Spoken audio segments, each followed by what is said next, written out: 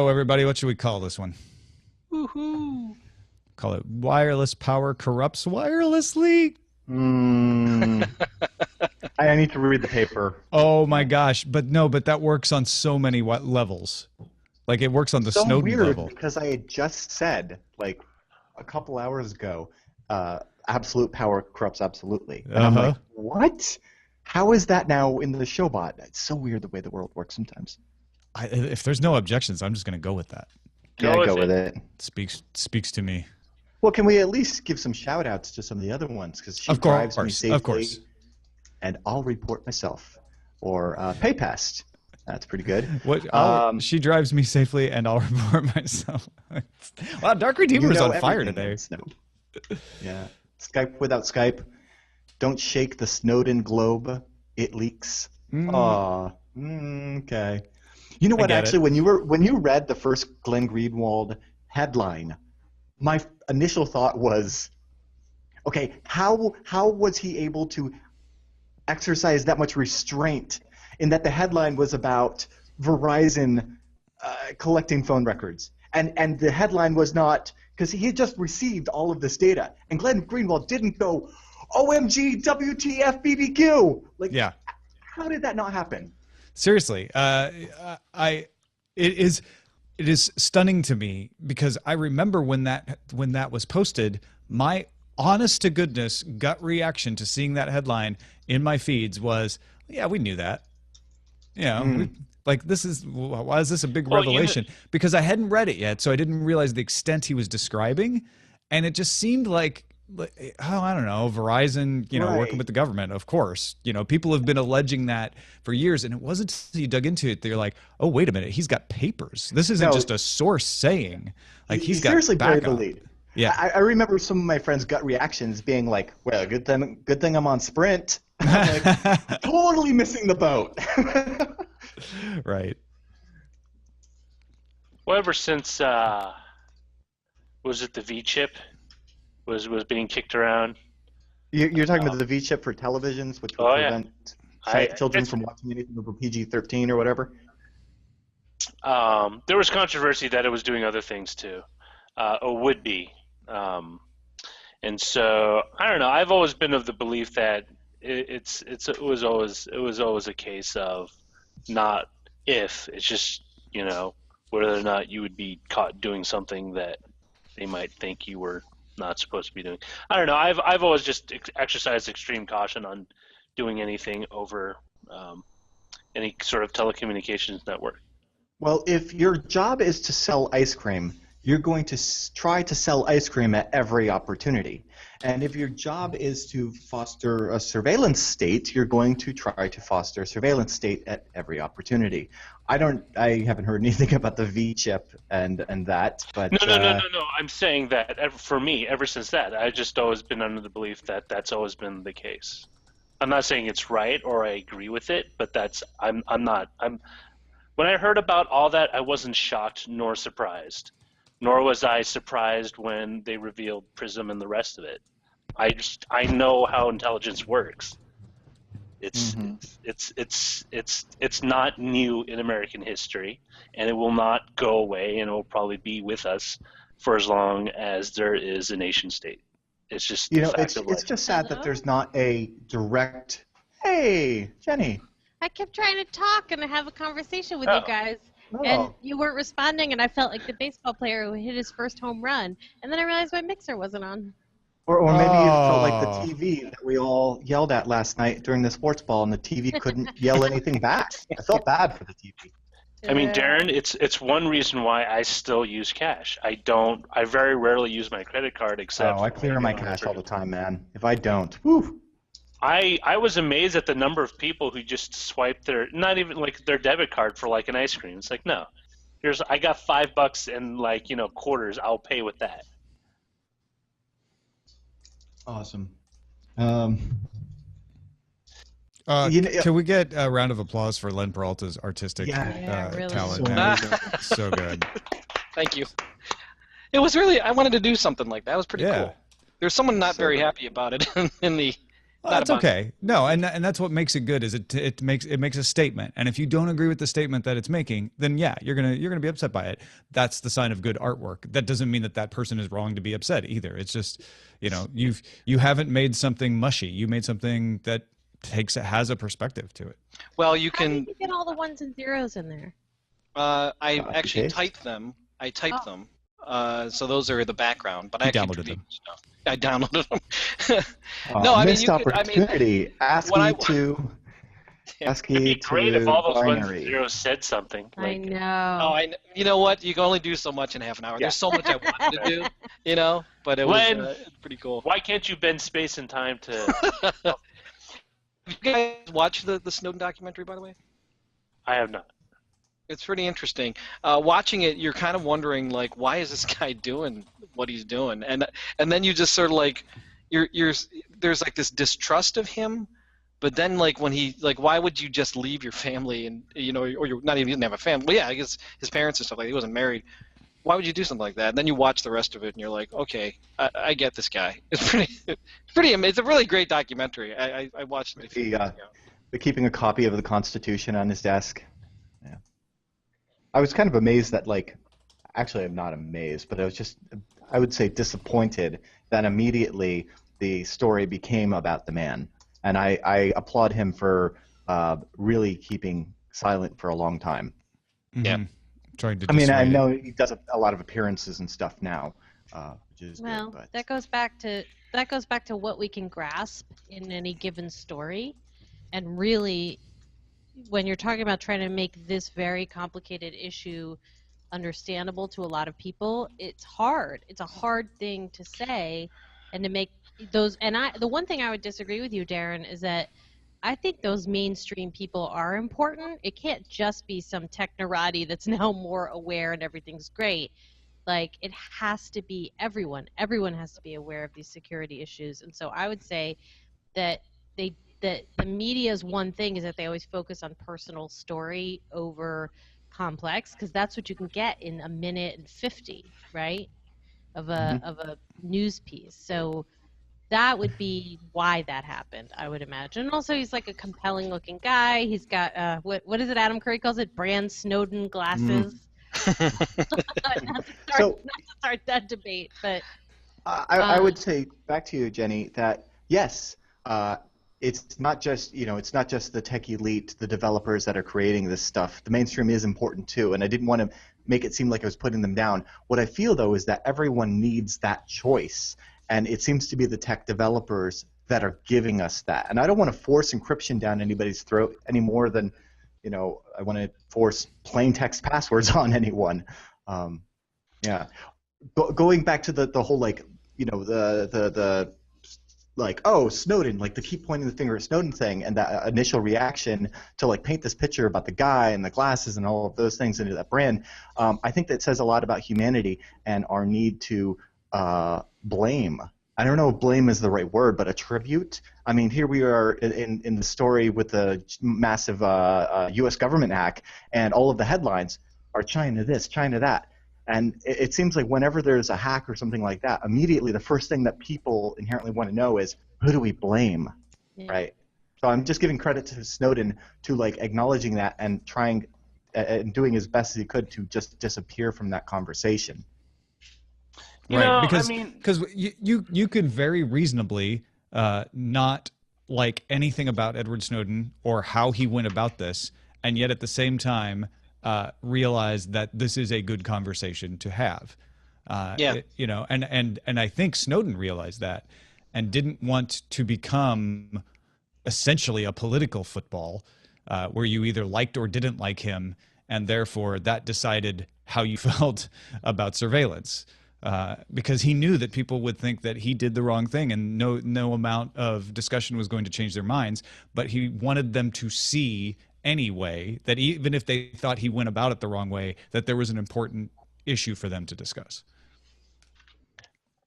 Yeah, I mean, the problem is, and we're doing it right now, we're talking about him, right, ultimately.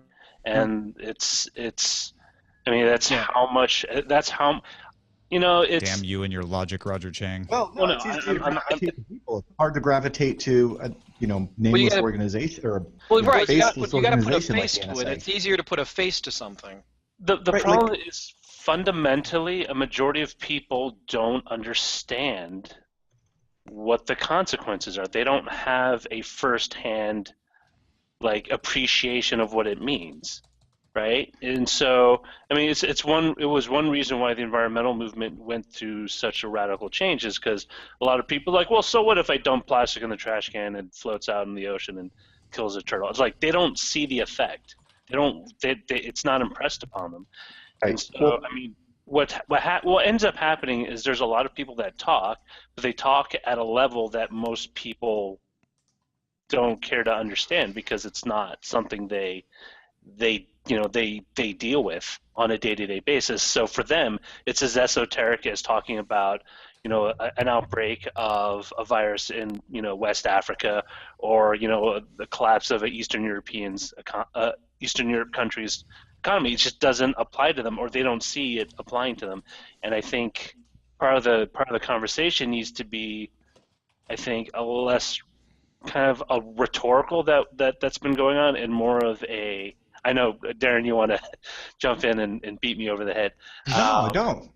But I think it is one of those things where it's just like, okay, let's cut away the politics. Let's cut away the jargon. Let's cut away of people telling you why you need this, and then just explain to them in terms that they really kind of understand. Because it's all fine and good to say, well, your privacy is this, privacy is that, but when people are putting half-naked pictures of themselves and compromising positions on Facebook, or tweeting lewd or inappropriate comments, it's the societal equivalent of it's like, well, I don't care.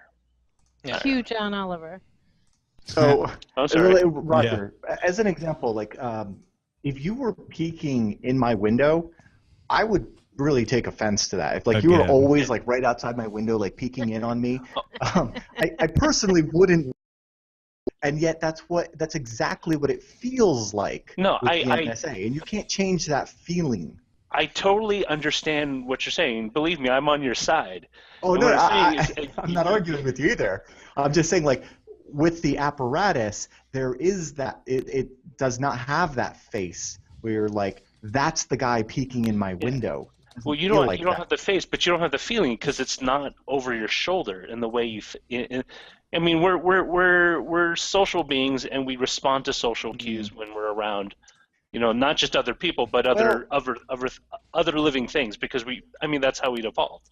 So Out of sight, out of mind. Out of sight, out of mind. People don't necessarily focus on it when you have a litany of other things on your to-do list for that day. Like, I got to pay bills, I got to pick up the kids, go to the doctors. There's all these things. Something that seems to be somewhat a little, I guess in certain minds, just academic. Like, I'll give you an example. Let me take this out of the realm of the abstract and give you an example. Without kicking off another debate, there is a divide between parents who believe that their children should be vaccinated and parents who believe their children shouldn't be, right? That's a societal divide, right? And I bet you there are a lot of emails written about it, okay? Nobody thinks about that in terms of the NSA and privacy, right? But what if all of a sudden there was a law passed which absolutely said 100% that every single child had to be vaccinated for every single thing, and if your child isn't vaccinated, you're going to jail, and now the NSA has all the information about all the emails you sent about whether you choose to or not to vaccinate. Now substitute that issue with every single other issue that ever existed that you actually care about, and if the opinion of your legal governing body suddenly changes about whether that stuff is legal and illegal, and we all hope we have a reasonable government, and we all hope that that never changes, but if they decide it, then all that stuff that you said, I don't care about, I don't do anything wrong, I don't blah, blah, blah, all of that is now relevant. I don't know.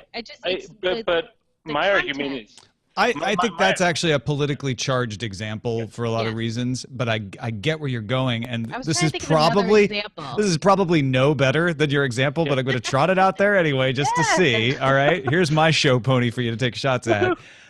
What about sexual practices in the bedroom, some of which have been illegal in certain states for years and decades? And I'm not just talking about homosexual practices. I'm talking about some heterosexual practices that are illegal, on the books illegal. What if suddenly those states that have those laws decided to crack down on them and used surveillance to find evidence of people discussing that? Yeah, it's still, in my mind, it's still too abstract. I mean, it's fine for our group, and no, I'm just sorry. saying, I'm sorry. No. I'm just saying. I know what you were thinking, Tom, and that's hilarious. By the way. I know. I totally understand what you're. But it's. I mean, I can make it not abstract for you if you want. Please don't. So can I. Roger, I totally hear you, and what you're saying is it feels really abstract, and I'm just going to let you know this is the way that I feel about it. Maybe stems from kind of the culture that I live in, and Totally. like for example today, and we just talked about this on ThreatWire, was that the NSA was secretly authorized to monitor domestic internet activity for signs of foreign hackers, and then that same authority was expanded to mean any cybersecurity threat, any hacker. And of course, hacker is not defined. And as someone who has been called a hacker, as somebody who identifies with that culture, and not just myself, but many people who write code or are just peripherally involved with that culture, then it feels personal. And then I do feel, when I'm sending that email, this one's plain text, one for the man, But yeah, that's where I get here, and it doesn't feel abstract. Again, I agree with all of you, and it's my whole point is that it's not that I'm against it or I'm for it or anything. What I'm saying is that conversation needs to be brought to a wider populace in a way that they will appreciate. Mm-hmm. I see. There's a difference between understanding something. There's a difference between appreciating. Like, I understand if your kid doesn't get vaccinated, a whole host of things could follow. I didn't appreciate it until I actually had a kid, right? Then it started going through my mind. It's like, well, I can't bring her, I can't do that. I appreciate it all of a sudden because now I had a direct vested interest instead of something being, I understand it. You shouldn't do that. And I think that's the level, that's where that conversation needs to be at. And so far, it's all very much of the kind of like, well, this is why you should do this. It's very kind of a almost lecture-y, kind of college class debate. Well, even if I say, what if surveillance, which could very much do this right now, what if surveillance was put in place that caught every speeder and issued them a ticket? You could absolutely do that right now. It's not impossible. To do. It's exactly. However, if I say that, it's not going to scare anybody until they get the ticket. They have to actually get the ticket and go, wait a minute, like, hold on, this is not okay. See, exactly. That's my point. And I think there's that disconnect. And remember the whole thing when Bill Gates was at a speech or giving a talk about through the Bill Gates and Bill and Melinda Foundation, and he released those mosquitoes like in the audience because like they might have malaria and you might be getting bitten. Oh, you don't remember that? It was like maybe 5 years ago, 6 years ago. I guess you could call it a stunt, but the whole thing was to kind of underscore to the audience that these are the dangers that the people or the regions we're targeting with our aid are designed to help. And I think it was maybe not the best way to do it, but it did kind of broach the whole thing of, okay, now I am affected. Now I really got to think about it. You know what I'm saying? And it could be. So what you're saying is that you would feel that vulnerability if, say, someone pulled your docs.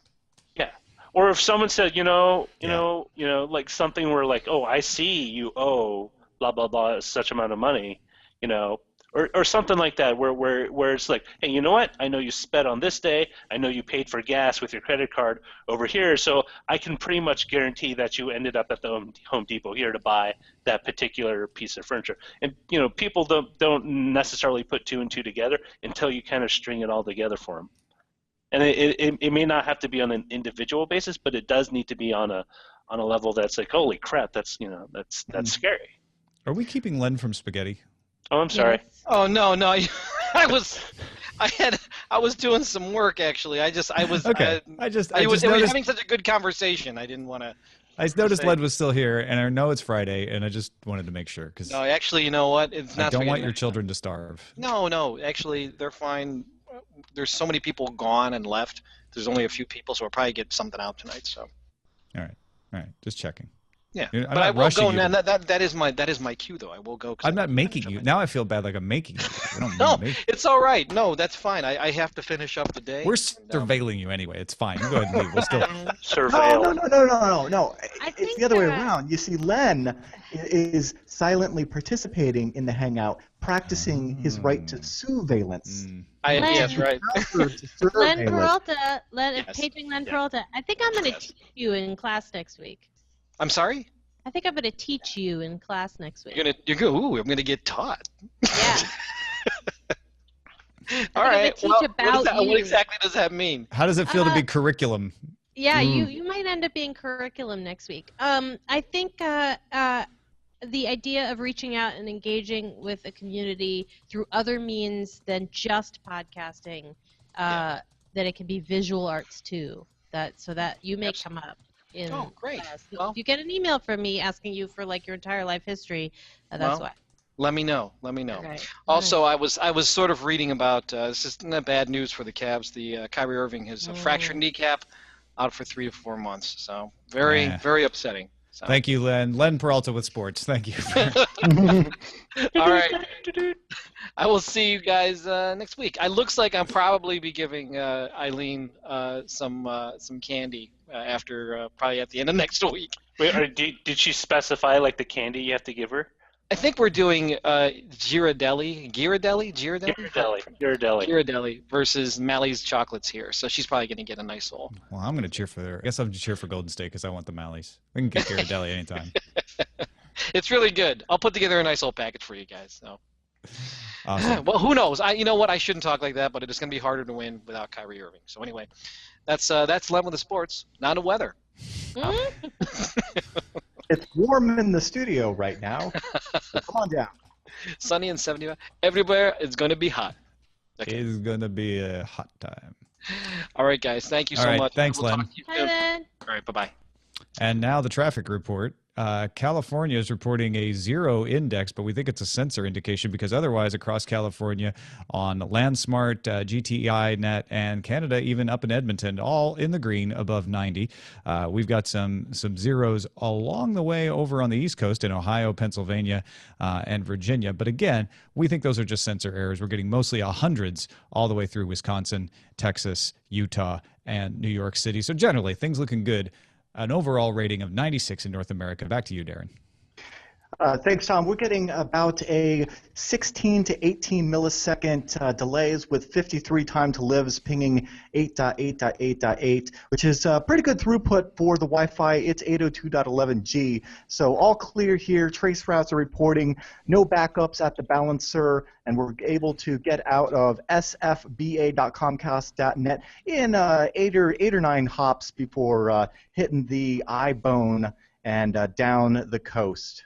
That's great. Keeping you flowing on a Friday evening. That's it. I'm out of the post. Stay tuned for Current Geek, immediately following the best of Vogon Poetry live from Carnegie Hall. Vogon.